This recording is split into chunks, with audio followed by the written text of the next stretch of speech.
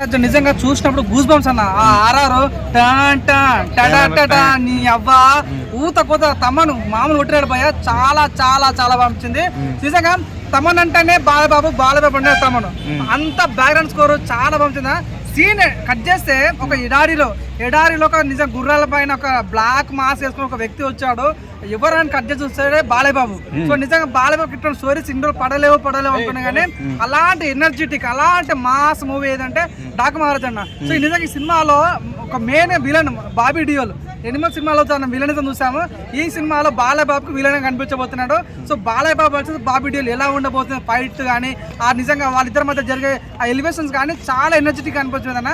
ఈ సినిమా కూడా main plus ఏంటంటే బాబీ మన ఎవరైతే డైరెక్టర్ తను వాల్తేరు వీర సినిమా చేస్తాడు. ప్రతి సంక్రాంతికి వస్తాడు రొటీన్, ప్రతి సంక్రాంతికి వస్తాడు, మా సీట్ కొడతాడు, వెళ్ళిపోతాడు. ఈ సినిమా కూడా డాకు మహారాజ్ కూడా చాలా ఈసారి వచ్చిపోయినకి రాలేదు, నిజంగా చరిత్ర నిలిచిపోయినకి వచ్చినట్టు అనిపించింది. నిజంగా బాలయ్యబాబు యొక్క గూస్ బంప్స్ అన్న ఎడారిలో ఎంట్రీ అయితే ఊత కోత చాలా బాగుంటుంది. అది కానీ ఆ బ్యాక్గ్రౌండ్ స్కోర్ కానీ చాలా క్రేజీ అనిపించింది. ఆ విషయాలపై చాలా చాలా బాగుండబోతున్న నమ్మకం నాకు కలిగింది. Last year Bobby Sankranti winner అయ్యాడు వాల్తేరు వీరయ్యతో. ఈసారి మరి అంతే కాంపిటీషన్ గేమ్ చేంజర్ నుండి రామ్ చరణ్ తేజ్ కూడా ఇస్తున్నాడు. మరి ఎవరు విన్ అవుతారని మీరు అనుకుంటున్నారు? సో నాకు నమ్మకం ఉంది అన్న, ఇది మాస్ ఎలిమెంట్. నిజంగా ఇప్పటి వరకు బాలయ్యబాబులో చాలా మాస్ చూసాం. బాలయ్యబాబుకి ఏంటంటే రొమాన్స్ సీన్స్ అవసరం లేదు, ఒక నిజంగా ఒక ఐటమ్ సాంగ్ అవసరం లేదు, ఏం అవసరం లేదు. జస్ట్ రెండు డైలాగులు మాస్ ఫైట్లు ఉంటే చాలు. కింద ఓడితే గాలి ఎగిరి అవతల పడాలి. అటువంటి ఫైట్ సీన్స్ అయితే బాలయ్య బాగా ఉంటాయి. కాబట్టి నిజంగా బాబీ చాలా మంచి డైరెక్షన్ చేస్తాడు అన్న. నాకు నమ్మకం 100% మాస్ ఫిలిం ఇట్టు ఈసా సంక్రాంతిలో మాత్రం మాస్ ఇట్టు మాత్రం డాకు మహారాజ్. వెంకటేష్ గారి సినిమా కూడా వస్తుంది కదా, అవును, ఎలా ఉండబోతున్నావు కూడా, ఏది గెలుస్తుంది అనుకుంటున్నావు? అనక గెలవటం ఓడటం కాదు, నాకు నమ్మకం ఉంది. ఈసారి 3 సినిమా కూడా మన చుట్టూ కొడతాయి. ఎందుకంటే దీపావళి మనం చూస్తాం, మన కా సినిమా కానీ లక్కీ భాస్కర్ కానీ. సో ఇవన్నీ ఎంత పెద్ద సినిమా వచ్చినప్పుడు కూడా సినిమా మంచి అన్ని ఇట్లా అయినాయి. ఈసారి కూడా సంక్రాంతికి 3 రెసిపీలు కనిపిస్తున్నాయి అన్న. ఒకటి నాన్ వెజ్, ఒకటి వెజ్, ఒకటి నాన్ వెజ్ కాదన్న. ఈ రకంగా ఒక రెసిపీస్ కనిపిస్తున్నాయి అన్న.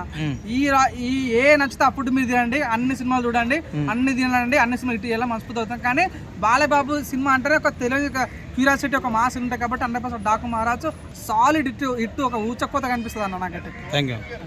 డాకు మహారాజ్ బాలయ్యబాబు గారిది. బాలయ్యబాబు అంటే మరొక బాలయ్యబాబు కనబట్టాడు అన్న దాంట్లో విజువల్స్ చూసుకుంటే. ఇంకొకటి ఇప్పుడు ప్రతి ఒక్క సినిమా వచ్చే సినిమాల్లో కూడా అమ్మవారి గురించి సాంగ్ అయితే పెడుతున్నారు. సో దీంట్లో కూడా మనం అమ్మవారి సాంగ్ అయితే విజువల్స్ చూసుకున్నాము. ఇంకొకటి హీరోయిన్ ఎవరైతే ఉన్నారో ఆమె కూడా కడుపుతో ఉండి ఆ బాబు గురించి ఒక పాట పాడటం అయితే విజువల్ చూసాము. సో ఇదంతా ఏంటంటే ఒక కొత్త కాన్సెప్ట్ అయితే తీసుకొని వస్తున్నాడు బాలయ్యబాబు గారు.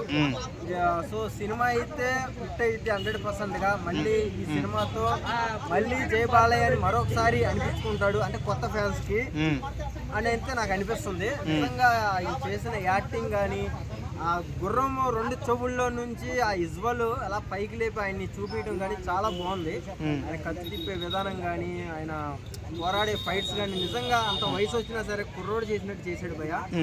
నిజంగా అలా అందులో చూసి అలా ఉందంటే సినిమాలో తెర మీద చూస్తే ఇంకా ఇజ్వల్ గూస్ బంప్స్ వస్తాయి అందరికీ కూడా.